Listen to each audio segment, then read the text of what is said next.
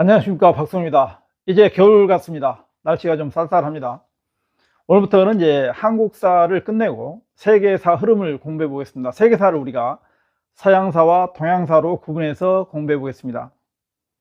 그러면 오늘은 서양사 흐름을 공부하기 전에 우리의 지구가 나이가 어느 정도 됐는가에 대한 이야기부터 시작하겠습니다.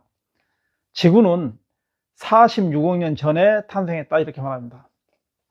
그러면 우리 인간은 침팬지와 인간이 분기점을 맞이한 건 언제냐? 약 500에서 600만 년 전이다, 이렇게 말하죠. 그러면 우리 지구에 현재 그런 지형 형태가 만들어진 게 언제냐? 약 15,000년 전이다, 이렇게 말합니다.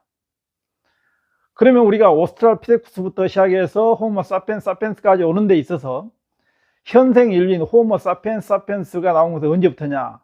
약 4만 년 전부터다, 이렇게 말합니다. 그러니까 우리 인류의 역사는 실제로는 이제 지구에 비하면 아무것도 아니죠. 자, 그러면 이런 연대를 어떻게 알아내느냐? 그것은 이제 탄소 14 동위원소에 의해서 반감기를 계산합니다. 반감기. 그래서 이제 반으로 줄어드는데 약 5,730년이 걸린다 그랬죠. 그래서 그런 것을 추정해서 이제 지구의 나이도 알고, 그리고 이제 화석을 통해서 인간이 언제, 또 호모 사피엔스가 언제부터 나왔는가에 대한 그런 궁금증을 풀어줄 수 있다고 합니다. 자, 그러면 세계사를 하기 전에 우리 지구상에 4대 문명의 발상지가 있습니다. 전 시간에 그 전에 제 그 동영상을 보면 세계사에서 4대 문명 발상지 하면 발생지가 아니라 발상지라 그러죠. 상스러운 곳이다 해가지고 아주 성스러운 곳이다 그랬죠. 그래서 메소포타미아 문명이 발생합니다. 메소포타미아 문명은 BC 3500년 경에, 그렇죠. 지금 말하면 이라크나 이란, 거기에서 발생했다고 그러죠. 그래서 메소포타미아 문명을 합니다. 그래서 티그레스 강, 유프레드스 강에서 출발했다고 그러죠. 그리고 이제 그것이 이동해서 이집트 문명을 죠. 북부아프리카 이집트 알죠. 그래서 나일강 유역에서 했다. 세 번째는 인도 쪽으로죠. 인더스강, 겐지스강, 그래서 인도 문명, 그죠. 그것이 약 2500년 전에 그럽니다. BC입니다. 그러니까 기원전을 말하겠죠. 그리고 이제 우리 동양 쪽에서는 중문명, 황하 지역에서 했던 것, 황하 문명을죠. 그것이 약 BC 2000년경 그럽니다. 우리나라 이제 당군신화도 기원전 2333년이다 그러죠. 그래서 우리나라는 반만년 역사 그럽니다. 자, 그러면 그렇게 해서 이제 우리 지구가 어떻게 나이가 얼마 정도 되고, 그리고 우리 인간이 어떻게 태어났는가, 그리고 4대 문명 발상지를 공부했습니다. 그러면 그것을 기점으로 해서 이제 서양사의 흐름을 공부했습니다. 역사 공부는 시대 구분이 가장 먼저거든요. 그러니까 시대 구분을 꼭 해주시기 바랍니다. 지금부터 이제 세계사를 하는 데 있어 오늘은 서양사 흐름을 공부해 보겠습니다. 좀 긴 시간이 되겠죠. 그러나 조금씩 하시면 좋겠습니다. 서양사 흐름을죠. 서양사 흐름도 마찬가지고 우리나라에서도 이제 선사시대 있고 고대 있고 중세 있고 근세 있고 근대 있고 현대 그랬죠. 서양사에 마찬가지라고 생각하면 됩니다. 첫 번째는 이제 고대가 있습니다. 고대는 BC 1100년, 그러니까 그리스부터 시작합니다. 그리스에서 바로 이제 476년 서로마가 멸망할 때까지 우리가 고대 그럽니다. 그래서 첫 번째는 뭐야? 그리스. 고대 그리스가 있었죠. 그리스는 바로 이제 BC, 기원전을 그냥 BC 하랍니다. 1100년부터 해가지고 BC 146년. 그러니까 원래 그리스란 것이 도시국가 폴리스에서 가장 먼저 이 패권 장악한 것이 아테네였죠.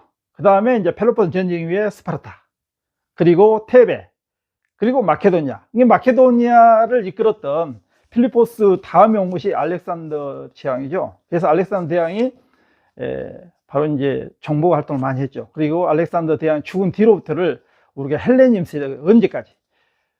로마에게 이집트가 멸망할 때까지, 그렇죠? 그래서 두 번째는 헬레니즘 시대, 헬레니즘 시대가 있습니다. 이것이 바로 이제 BC 330년부터 BC 30년까지 이렇게 말하는 거죠. 이것도 이제 우리가 서양사에서는 고대로 들어갑니다. 그리고 이제 서로마가 멸망하죠. 이것이 470년. 우리가 서로마가 멸망한 거.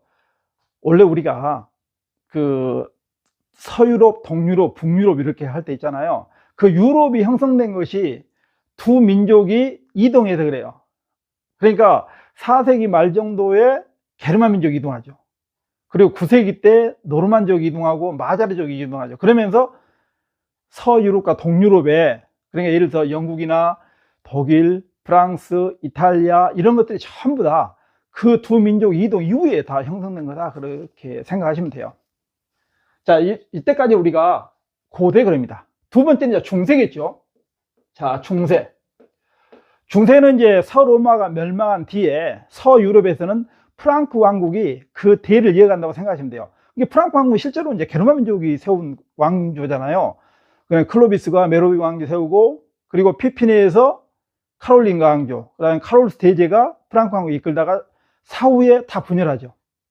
그리고 이제 9세기에 노르만족이 쳐들어오니까 서유럽에서는 봉건 제도가 발전할 수밖에 없어요. 왜냐하면 일반 국민들이 실제로 국가가 통제된 국가가 없기 때문에 실제로 자기를 보호해줄 사람이 필요하죠. 그러니까 그게 이제 죽음 밑으로 막 들어가죠. 그래서 이제 봉건 제도가 중요한 거예요. 서유럽에서는 프랑크 왕국이 이끌어 갑니다. 그리고 나머지 동유럽은 어쩌냐? 바로 동로마 제국이 이제 생겨요. 동로마 제국이. 그래서 동로마 제국이 이제 생겨나고, 그 동로마 제국이 1453년 오스만 제국이 멸망할 때까지, 이때까지를 중세기입니다. 그러니까 세기로 보면 476년부터 해가지고 1453년까지를 우리가 중세 그래요. 가장 대표적인 게 서유럽에서는 또 프랑크 왕국이죠. 프랑크 왕국이 이어가고, 이 프랑크 왕국을 공부하려면 첫째 뭐가 있어요? 바로 이제 봉건 제도를 꼭 공부해야 됩니다. 그다음 두 번째는 크리스트교가 있고, 세 번째는 이제 십자군, 그죠? 십자군 전쟁이 있었죠. 그리고 나중에 이제 백년 전쟁이 있고, 그 다음에 이제 중세 때 14세기 때 가장 흑사병이 유행이죠. 그러면서 중세가 점점 깨지기 시작합니다. 자, 그런데 이 동유럽에서 어찌냐? 바로 이제 동유럽에서는 동로마 제국이 있어. 우리가 동로마 제국을 다른 말로 비잔틴 제국이죠. 비잔틴 제국. 이것이 멸망한 것이 언제예요? 1453년입니다. 그래서 중세를 우리가 470년, 서로마가 멸망한 뒤에 약 1000년 동안을 우리가 중세 그럽니다. 그 다음에 세 번째는 뭐냐? 이제 근세겠죠. 근세는 이제 16세기, 14세기부터 근세를 합니다. 그래서 이제 15세기부터, 근데 여기 이제 15세기 때 망했잖아요. 그래서 근세는 원래 14세기부터 16세기 이렇게 합니다. 이제 걸쳐 있죠. 그래서 우리가 근세 때 가장 중요한 것은 뭐예요? 신중심 사회에서 이런 전쟁을 통해서 중세가 깨집니다. 그래서 온 것이 뭐야? 르네상스가 오기 전에 우리가 이제 이 구텐베르크의 그런 활자가 발명되고 그러죠. 르네상스는 동로마 멸망하면서 그리스 문화를 가지고 있던 사람들이 이제 서유럽 쪽으로 오죠. 그래서 이제 옛날 그리스 로마 시대의 부활을 꿉니다. 그래서 부활해서 우리가 르네상스 그래요. 두 번째는 뭐예요? 신학로 개척이죠. 신학로를 개척했다. 신학로 개척하면 가장 대표적인 사람이 누구예요? 바로 톨로미 디아스, 그리고 바스코 다가마의 그 다음에 콜럼버스, 그리고 세계 일주를 가장 처음으로 했던 마젤란, 이런 사람들이 해서 이제 신학로 개척이 있었고, 세 번째는 뭐냐면 이제 종교개혁이 있죠. 종교개혁. 십자군 원정이 실패한 뒤에 종교개혁이 일어나죠. 그래서 이제 프로테스탄티즘 해가지고 이제 개신교, 그죠? 지금은 개신교죠. 그래서 이제 루터파, 칼뱅파, 그리고 이제 영국에서는 이제 헨리 8세가 자기의 어떤 결혼 문제 때문에 이제 성공회를 만들어내는 거죠. 그리고 엘리자베스 1세, 이런 사람들이 전부 다 종교개혁에 참여했던 사람들이죠. 그 다음에 온 것이 뭐예요? 절대왕정이죠. 절대왕정이 만들어진다. 그러면서 이제 지방 분권에서 중앙 집권으로 이렇게 나간다 생각하시면 되겠습니다. 자, 그 다음에 이제 근대가 되겠죠. 근대는 언제부터냐면 여기에 16세기잖아요. 그래서 이제 17세기, 그 다음에 18세기, 19세기를 우리가 근대 그래요. 그럼 현대는 어떻게 돼요? 현재는 20세기부터 이제 현대라 그럽니다. 17세기에는 바로 이제 이 과학혁명 시대다 그러죠. 그러면 그 당시에 천재라고 할 수 있는 사람이 누구예요? 원래 16세기에 코페르니쿠스가 지동설을 주장하죠. 그것을 이제 증명하기 위해서 갈레오 갈릴레이가 그것을 또 이제 만원경을 만들어 증명하고, 그것이 또 오류가 있다 해서 케플러가 이제 타원으로 이렇게 이제 공전한다 이런 식이에요. 그 다음에 뉴턴, 기계론적 우주관을 내세우죠. 그 이제 뉴턴에 의해서 이제 거의 완성됐다 이렇게 생각하면 돼요. 근데 이제 사상의 발전이 있었습니다. 야, 이렇게 자연과학이 발달하는데 우리 인간 사회도 어떤 법칙에 의해서 움직이지 않을까 해서 이제 나온 사람이 누구냐? 바로 베이컨과 데카르트가 있죠. 우리가 베이컨 하면 이제 균형법이죠. 가장 대표적인 책이 신기관이라고 하죠. 그 다음에 두 번째 이제 데카르트는 연역법, 그죠? 그래서 이제 방법서설. 이런 것을 통해서, 아, 우리 인간 사회도 그 어떤 규칙이 있구나. 이것을 이제 내놓은 거죠. 그 다음에 이제 획기적인 것이 뭐냐면 사회계약설이죠. 사회계약설. 홉스가 있고, 홉스하면 리바이어던, 그죠? 리바이어던이 있고. 그리고 이제 두 번째 로크가 있어, 로크의 시민정부론. 뭐 이런 걸 통해서 인간 사회도 이제 하나님의 그런 그 섭리에 의해서 한 것이 아니라는 거죠. 이제 그걸 알아버렸어요. 이런 것을 바탕으로 해서 바로 영국에서는 청교도 혁명이 일어납니다. 그리고 두 번째는 명예혁명이 일어나죠. 그래서 영국은 정치적으로 이제 안정이 되고 입헌군주제가 드디어 이제 안정되게 됐다. 이렇게 알아두시면 됩니다. 자, 그러면 이제 18세기는 어찌냐? 18세기. 자, 이제 18세기입니다. 18세기. 여기는 17세기고, 17세기. 여기는 18세기. 자, 18세기에서 이제 가장 중요한 것은 계몽사상이겠죠. 이성이 만능이다. 이성 만능주의라고 하죠. 프랑스에서 했던 계몽사상. 계몽사상 하면 가장 대표적인 사람이 뭐예요? 볼테르. 그 다음에 법의 정신에 몽테스케. 그래서 상권 분리를 주장하죠. 그리고 또 한다면 이제 백과사전파. 디드로, 달랑베르, 뭐 이런 사람들이 있어 백과사전이 이제 있고. 그 다음에 온 것이 18세기에 또 중요한 것이 사회계약론. 계약론이 있어요. 누구 있어요? 루소. 그죠? 루소의 사회계약론. 이런 걸 통해서 실제로는 이제 혁명이 일어납니다. 그것이 바로 1773년에 미국의 독립혁명이 있죠. 그 다음 프랑스에서는 뭐야? 프랑스 혁명이 일어납니다. 프랑스 혁명. 이런 것들이 있었던 것이 이때다. 이렇게 알아두면 됩니다. 그리고 이제 경제적으로는 이제 산업혁명이 일어나죠. 산업혁명이 일어난 것이 1760년부터 1840년까지 거의 100년 동안 있었죠. 그때 선진국이 지금도 선진국이고 그때 후진국이 지금도 후진국이다 그럽니다. 그런데 세계사에서 그때 후진국이 선진국이 된 나라는 대한민국 하나입니다. 그런 선진국이 진입으로 이제 선진국으로 진입했는데 현 정부 와서 다시 후진국으로 지금 후퇴할 판이에요. 그러니까 얼마나 아깝습니까? 근데 이 윤석열 정부나 강요들은 그걸 잘 모른다는 거죠. 역사를 너무 몰라요. 우리 민족의 자긍심을 완전히 깨뭉기죠. 뭐 일본에 질질 끌려다니고 미국에 질질 끌려다니고 이러면 안 된다는 거죠. 우리 민족은 그렇게 똑똑한 민족입니다. 자, 그 다음에 19세기 하면 19세기요. 18세기, 17세기, 이제 19세기입니다. 19세기 하면 이제 프랑스 혁명이 이제 완전히 그 결론으로 가기 시작합니다. 그래서 이제 프랑스 혁명의 정신이 뭐예요? 자유, 평등, 박애잖아요. 근데 이것이 프랑스 혁명에서는 처음에는 어째요? 바로 이제 3부에 조직했죠. 국민의회, 입법의회, 국민공회, 그 다음에 총재정부.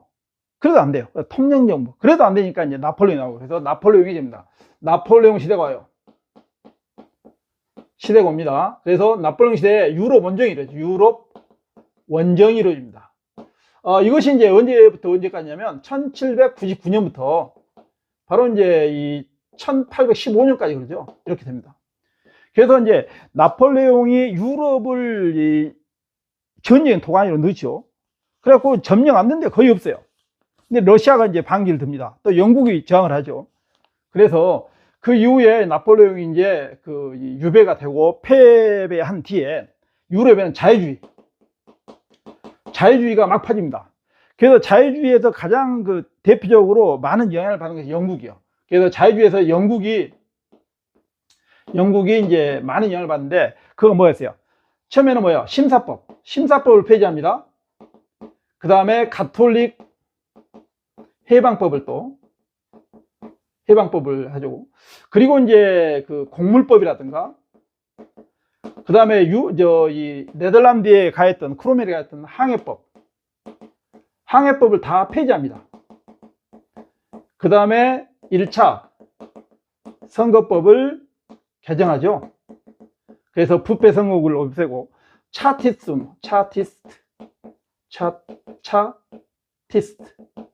운동, 그 다음에 뭐가 있어요? 인민헌장, 이런 것을 통해서 이제 자유주의를 확산합니다.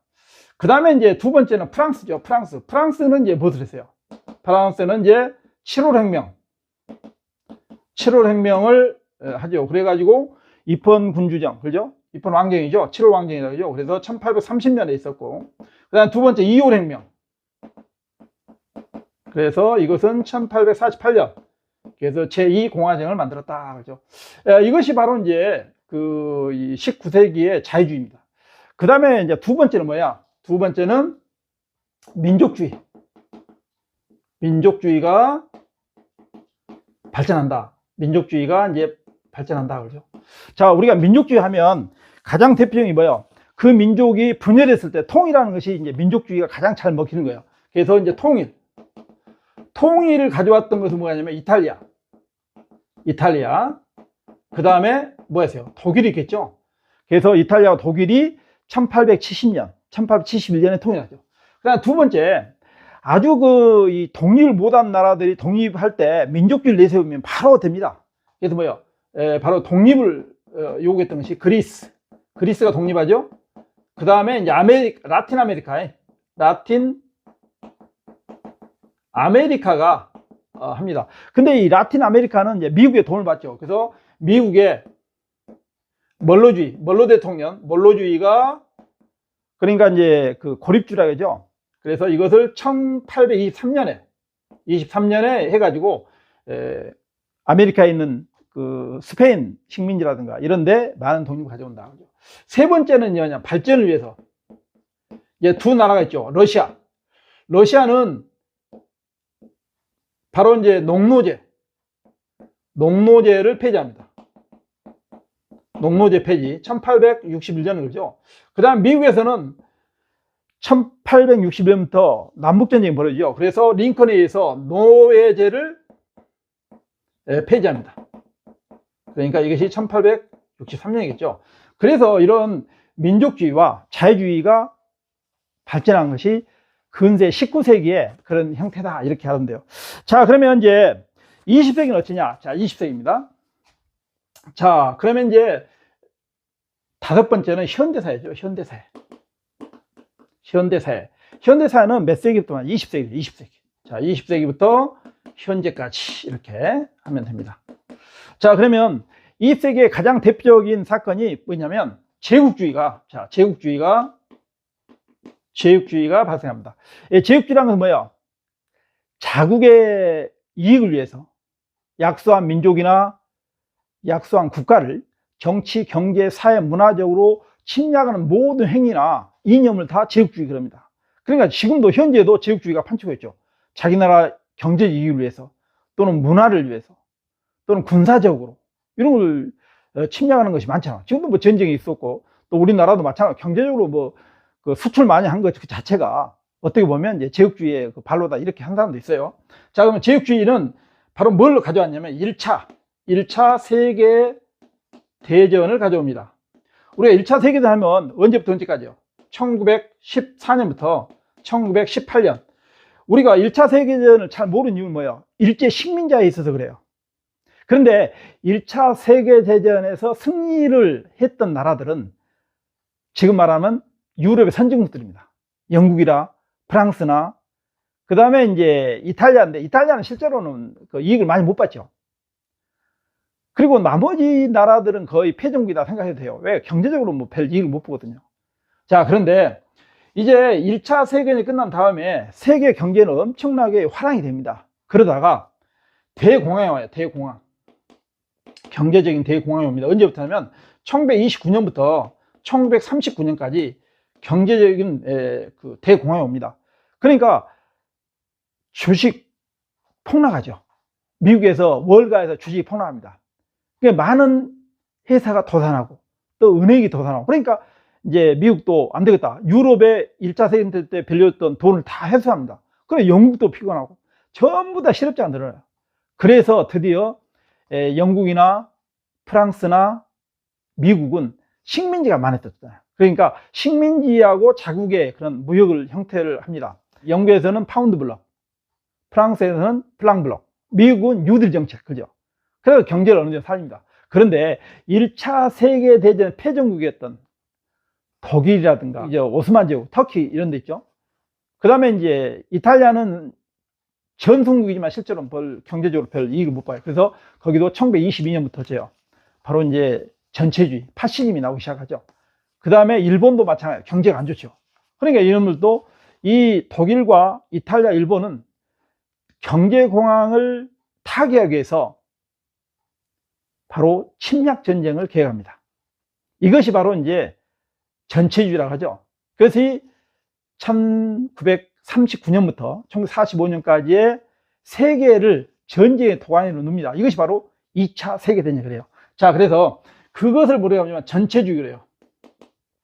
전체주의가 돼야 한다. 전체주의라는 것은 국가를 위해서는 개인의 권리나 모든 이것을 다 국가를 위해서 다 내야 된다는 거죠. 재산이고 권리고 필요 없어. 그죠? 목숨도 다 국가를 위해서. 이거 전체주의라고 생각하시면 돼요. 그래서 이 전체주의가 이제 전쟁을 끝내냅니다. 이것이 바로 이제 2차 세계죠. 2차 세계죠. 2차 세계 대전이라고 하죠. 2차 세계대전은 1939년부터 1945년까지 합니다. 자, 그런데 이 전체주의를 이끌었던 독일과 이탈리아, 일본은 무엇을 하냐면, 독일과 이탈리아, 일본은 뭐예요? 바로 이제 독일 같은 것은 바로 나치즘이라고 해요. 나치즘. 누구예요? 히틀러죠.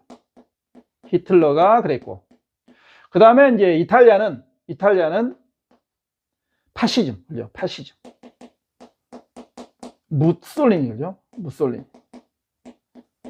그 다음에 이제 일본은 이제 천황을 중심으로 군국주의라고 하죠. 그래서 이 세 나라는 전부 다 침략을 경제공황의 해결책으로 합니다. 그래서 2차 세계대전이 일어난다. 그래서 우리가 1차 세계대전은 전범국가가 없습니다. 자기들끼리 싸움하다 그랬으니까. 근데 2차 세계대전 전범국가가 있어요. 그 전범국가 중에서 가장 대표적인 나라가 독일, 일본, 이탈리아죠. 그래서 이런 나라들은 지금도 있죠. 전쟁에 그런 습성이 있다 해서 원자폭탄을 못 만들게 합니다. 근데 요즘 일본 놈들이 만들려고 하죠. 이게 좀 문제가 되는 거죠. 이걸 제재해야 되는데 우리 정부는 이것을 잘 제재를 안 합니다. 자, 그 다음에 두 번째는 이런 전쟁이 끝난 다음에 이제 뭐가요? 냉전 체제가 오죠. 그래서 이제 냉전 체제가 옵니다. 냉전 체제가 와요. 냉전 체제라는 것은 말 그대로 콜드 워을요. 그 무기로 전쟁을 하는 경우는 없지만 우리나라 같이 아주 약소민족은 그 강대국한테 그 대리로 전쟁하는 것이 벌어져요. 이것이 1947년부터 1969년까지, 그죠? 냉전 체제. 그래서 냉전 체제에서 가장 대표적인 것은 트루먼 독트린입니다. 트루먼 독트린, 그죠? 독트린. 그것이 1947년. 그래서 소련 중심의 사회주의국가, 공산주의국가를 말하죠. 그 다음에 미국 중심의 자본주의국가, 자유주의국가가 서로 대립하는 거예요. 이것을 우리가 냉전 체제를 해요. 자, 그래서 가장 대표적인 것이 뭐예요? 베를린 봉쇄. 베를린 봉쇄가 있었죠. 48년부터 49년까지. 그러다가 다시 풀어요. 그다음 두 번째는 뭐예요? 두 번째는 아시아에서 중국이 공산화합니다. 그래서 이것을 우리가 중화인민공화국 공산국가인 중공이 합니다. 이거 1949년이죠. 그리고 이제 우리나라에서 한국전쟁이 벌어요.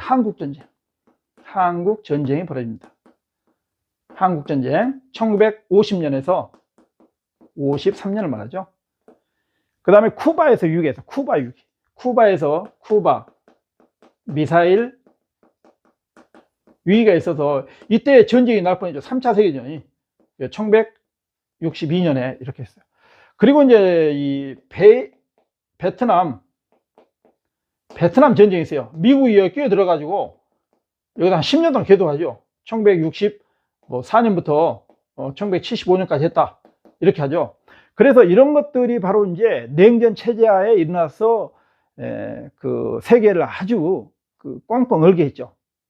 그래서 우리나라 같은 경우는 1991년에 이제 노태우가 그 북방 외교를 잘 해가지고 동유럽하고 이렇게 외교 관계 트고, 그다음 미국과 이 소련하고 또는 중국하고도 외교 관계 튼 것이 이제 그것입니다. 자, 그다음에 이제 다극화 시대가 있죠. 다극화 시대. 그래서 그다음에 이제 아시아에서 다극화 시대가 옵니다. 이것은 이제 1954년에서 55년이다 이렇게 하면 돼요.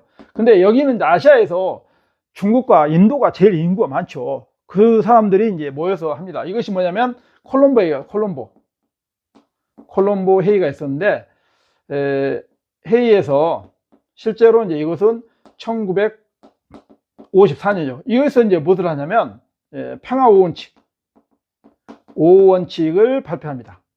그러니까 우리는 미국도 아니고 소련도 아니요. 그러니까 우리가 중간에 서겠다 이 말이죠. 그러니까 제3세력 걸죠.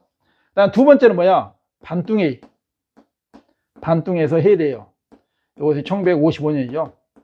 그래가지고 여기에서 이제 평화 10원칙. 그래서 이런 것들이 점점 결실을 맺은 것이 뭐냐면 나중에 이제 대탕트 시대. 걸죠. 그래서 이것은 1969년 미국의 대통령 닉슨이가 해가지고 1989년까지 이렇게 하면 됩니다. 그러니까 대탕트 시대가 왔다. 냉전체가 깨진 것이 1989년이다. 이것이 이제 몰타회담이라는 것이죠. 자, 그러면 대탕트 시대의 가장 대표적인 게 뭐냐면 닉슨 독트린 있죠. 독트린이란 말은 성명이란 말 아니겠어요? 그래서 1969년에 있었다. 그 다음에 이제 미소 수교를 합니다. 이거 제일 중요한 거죠. 1979년 정도에 합니다. 이렇게 했고. 그 다음에 이제 고르바초프, 그죠? 페레스트로이카, 그라스노스트, 그죠? 그래서 페레스트로이카 개혁과 개방 정책을 합니다. 개방 정책. 이것이 1985년에 이루어집니다. 자, 그 다음에 이 미국의 부시 대통령하고 고르바초프가 몰타에서 만나요. 몰타회담이 이루어졌어요. 이때가 1989년이 되겠죠. 이것이 바로 냉전체제를 종식을 선언합니다. 끝났다 이렇게 했어요. 근데 우리나라 지금도 그 이념 문제에 젖어 있어요. 그러니까 얼마나 이게 참 우리나라가 참 정부에 있는 사람들 참 공부 좀 하세요. 베를린 장벽이 붕괴됩니다. 베를린 장벽이 붕괴되죠. 1961년에 생겼어요. 61년 생겼는데 드디어 1989년에 이것이 이제 무너집니다. 그때 이 텔레비에 중계하고 난리였죠. 그 다음에 이제 그 다음에 어찌냐? 독일이 통일됩니다. 독일 통일이 1990년에 이렇게 되죠. 그 다음에 이제 바로 그 다음 해에 소련이 해체돼요. 소련이 해체했다. 그래서 러시아로 바뀐 거다. 1991년. 이렇게 됩니다. 자, 그래서 우리가 이 서양사의 흐름을 알려면 이런 정도는 좀 알고 있어야 됩니다. 그래서 다시 한번 하면 서양사의 흐름을 할 때는 첫째 고대, 그리고 중세, 근세, 근대, 그리고 현대로 나눈다 이렇게 알아두시면 되겠고, 그리고 고대는 서로마 멸망까지를 말하고, 그 다음에 중세는 비잔틴 제국, 동로마 멸망까지 말한다. 그 다음에 근세를 말할 때는 이 네 가지는 꼭 알아야 된다. 르네상스, 신앙호 개척, 종교개혁, 절대왕정. 그리고 근대에서는 과학혁명 17세기, 18세기는 계몽사상, 시민혁명, 그리고 19세기는 바로 자유주의와 민족주의가 바로 꼽혔다. 그리고 현대사에서는 1차 세계대전을 가져오게 했던 제국주의, 그 다음에 2차 세계대전을 가져왔던 바로 전체주의인데 그 원인은 대공황이었다. 이 정도 알아두고, 그 다음에 이제 2차 대전 끝난 다음에 세계는 냉전 체제로 빠졌다가 나중에는 다극화 시대, 그리고 대탕제 시대로 해서 바로 몰타 회담을 통해서 종식됐다. 냉전이. 이렇게 알아두시면 좋겠습니다. 오늘은 좀 장시간에 걸쳐서 수업을 했습니다. 그러니까 여러분들이 좀 어렵더라도 서양사는 이 정도는 좀 알아두시면 됩니다. 그래서 처음에 모두에서 이야기했던 지구의 나이가 46억 년이다. 이 정도는 알고, 침팬지와 인간이 분리된 것은 약 500에서 600만 년 전이다. 그리고 현재 우리 지구의 그런 해안선이나 그 육지는 15,000년경에 형성됐다. 이 정도 알아두시면 되겠고, 그 다음에 이제 그 역사에서 그렇게 연대를 알아내는 방법은 탄소 연대 측정법에 의해서 탄소 14의 그런 반감기를 통해서 반감기가 약 5,730년이니까 그걸 이제 추정해서 이제 연대를 내고 있다. 그죠? 그래서 우리 인간의 그 역사도 알고 지구의 역사를 알면 세계사가 좀 보입니다. 그래서 세계사 흐름은 저렇게 5단계로 여러분이 알아두시면 되겠고, 다음 시간에는 동양사 중에서도 중국사의 흐름을 좀 해보겠습니다. 이상 마치겠습니다. 안녕히 계십시오.